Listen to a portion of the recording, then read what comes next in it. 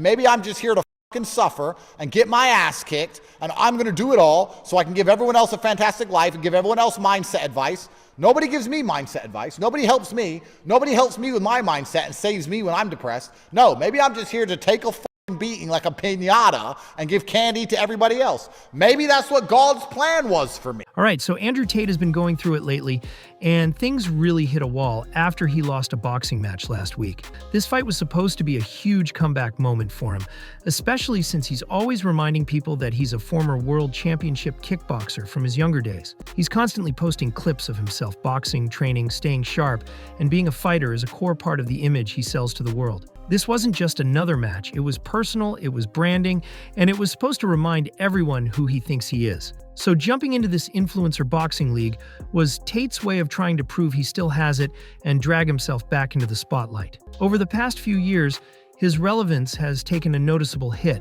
and this fight was meant to flip the script. He needed this win badly, and on paper it looked like an easy one. His experience alone was supposed to carry him through, especially since the guy he was fighting is a reality TV star who barely knows how to fight. Going into the match, the odds for Tate to win on Polymarket were close to 90%, and everything was lining up for a clean victory. But then the fight actually happened, and things went sideways fast. After the first round or two, the odds completely collapsed. Tate lost by decision, and people were seriously underwhelmed by both his performance and how bad the fight looked overall. I got tired after the second round, and I don't know why. The first and second round, he couldn't touch me. If I didn't get tired, I would have won.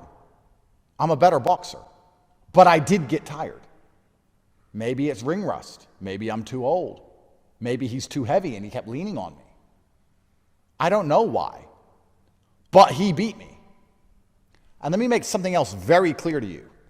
I have complete respect. He was supposed to show the world what a real fighter looks like and prove he's not just an influencer.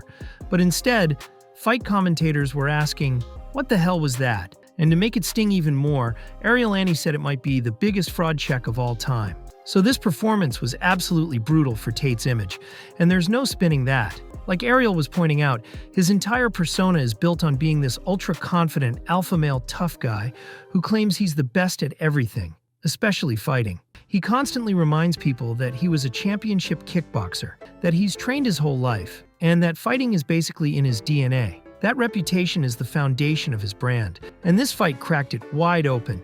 He's even claimed that he almost fought Alex Pereira at one point, and says he could have been in the UFC if he had trained for it. On top of that, over the summer he said he fought 60 guys in a row, hyping himself up like a real-life action movie. But then last week by the third round, he was completely gassed and barely hanging on. At that point, he wasn't trying to dominate or prove anything, he was just trying to survive, which was clearly not the plan going in. People really thought this was going to be a layup, an easy win that would set him up to call out Jake Paul or KSI next. Instead, after just one comeback fight, he now has to rethink his entire boxing future. This wasn't just a loss, it was a full-blown disaster, and you can already see the coping starting to kick in almost immediately after the defeat. He was pretty humble at first, but a few days later he jumped on a live stream that turned into a full-on cope session, and that honestly made everything worse. I said to Tristan, the universe probably owes me this win, you know? I've been through so much. God and the universe probably owe me this win. I'm going to train my ass off, but after all I've been through, they'll give it to me. Big bag of beatings with my name on it. Maybe my job on this planet is just to take a fucking beating over and over again and just pay for everyone else and give everybody else what they want. Suddenly, he's searching for explanations while insisting he's not making excuses at all. He keeps saying he would have won if he didn't get tired, and he's genuinely confused about why he got tired in the first place. He throws out ideas like maybe he's too old, or maybe his opponent was leaning on him too much, but he never says the obvious part out loud. Of course, he won't admit that maybe more cardio training could have helped. Instead, he frames it like he did absolutely everything possible to prepare for this fight and that the loss was totally out of his control. In his version of events, nothing went wrong on his end, and the outcome was just fate stepping in. It's a wild shift, because he's acting like there was nothing more he could have done to change the result. And now he's also leaning into this idea of, well, at least I tried. That's the part that really flips his whole persona upside down. Tate from a few years ago would have mocked this kind of participation trophy mindset non-stop. This is supposed to be the top G, the #1 alpha male, the guy who wins at everything. He once tweeted, "What do you call someone who loses a loser?" But now the message feels more like everyone loses sometimes, and I deserve credit for trying. And of course, he had to bring up the money to signal that none of this really matters to him. He makes a point to say he got paid big and acts like people are crazy for thinking he'd care about losing. Suddenly, winning isn't the priority, and his legacy doesn't seem that important anymore. That's a sharp turn from the guy who built his image on domination and success at all costs. What makes it even stranger is how far this is from his old message about self-accountability. He used to preach that if you weren't successful, if you were struggling, or if you lost at something, it meant you didn't work hard enough. No excuses. But now that he lost, the story changes completely. Now it's about fate, timing, and how the universe apparently had other plans. Instead of owning the loss, he frames it like it was never really in his hands. He literally acts like the universe wanted the other guy to win because Tate could handle the loss better. Rather than saying he wasn't prepared enough or didn't train the right way, it's suddenly about age and destiny. He even claims he was in perfect physical condition, yet somehow got gassed after 2 rounds because the universe stepped in. According to this logic, higher forces were worried about everything from balance to cigars, and that's why things went the way they did. I mean, that has to be one of the wildest cope moments anyone's ever seen, and it flips his whole message on its head. You know, for everybody at home, it's okay to lose, but it's not okay to live with a what if. I can sleep knowing I lost. I couldn't sleep watching all the Misfits fights thinking I could have done it and not try. I can't live that way. I'm not a what if guy. My life is going to be a tale of all the times I tried and succeeded and tried and failed. There's not going to be a single what if hanging over my head on my deathbed. Now suddenly, effort doesn't matter. And there's apparently nothing Tate could have done differently. According to him, this is just how the universe wanted it to go. But let's be real. If he had won that fight, the story would have been completely different, and the confidence would have been turned all the way up. If he won, he'd be saying, "That's why I'm the best.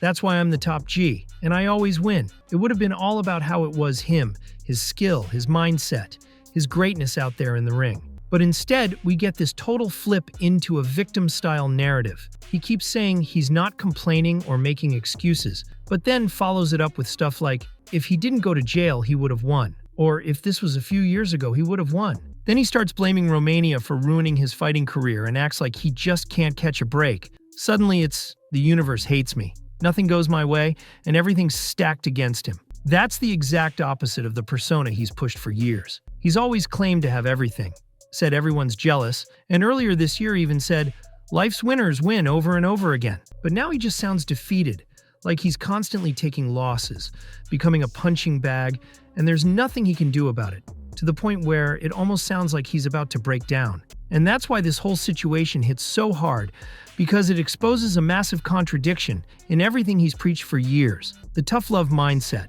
the no excuses mentality, the idea that winners always adapt and overcome, all disappears the moment things don't go his way. Instead of owning the loss and rebuilding, he leans into explanations that protect his ego rather than his credibility. And people are noticing fast. What really stings is that this fight wasn't just about boxing, it was about proof. This was his chance to back up the image, silence critics, and show that the confidence wasn't just talk. But when the moment came, the performance didn't match the persona. And now every past claim is being replayed under a microscope. The internet never forgets, and once the cracks show, they spread quick. At the end of the day, nobody expected perfection, but they did expect accountability. Losing happens, even to great fighters, but how you handle it matters just as much as the result. Right now, the narrative isn't about a tough loss or a bad night. It's about a brand collapsing under pressure. And unless he changes the way he responds, this loss won't be remembered as a comeback attempt. It'll be remembered as the moment the image finally fell apart. And now the conversation has fully shifted, because this isn't about one bad fight anymore. It's about credibility. Once people see the gap between the talk and the reality, they don't let it slide. Every clip, every old claim, every bold statement gets replayed, paused, and picked apart. When your whole brand is built on dominance, one shaky moment can shake the entire foundation. What makes it worse is that this was supposed to reset the narrative, not bury it. A humble loss followed by real ownership could have earned him respect, even from critics. Instead, the mixed messaging, The excuses wrapped as philosophy and the sudden shift in values just poured fuel on the fire. The audience can smell inconsistency, and once that trust is gone, it's nearly impossible to get back. So now, the real fight isn't in the ring, it's in public perception. If he doubles down on this version of events, the damage sticks. But if he actually owns the moment, adapts, and changes the tone, there's still a path forward. Because in the end, confidence isn't about never losing. It's about how you respond when everyone sees you fall. So yeah, he's really going out sad, and the downfall has been rough to watch. Every time he posts now, the comments are brutal, non-stop clowning, and it doesn't let up. And honestly, the cope from the hardcore supporters is almost as entertaining as the fight itself. You've got people claiming he actually won,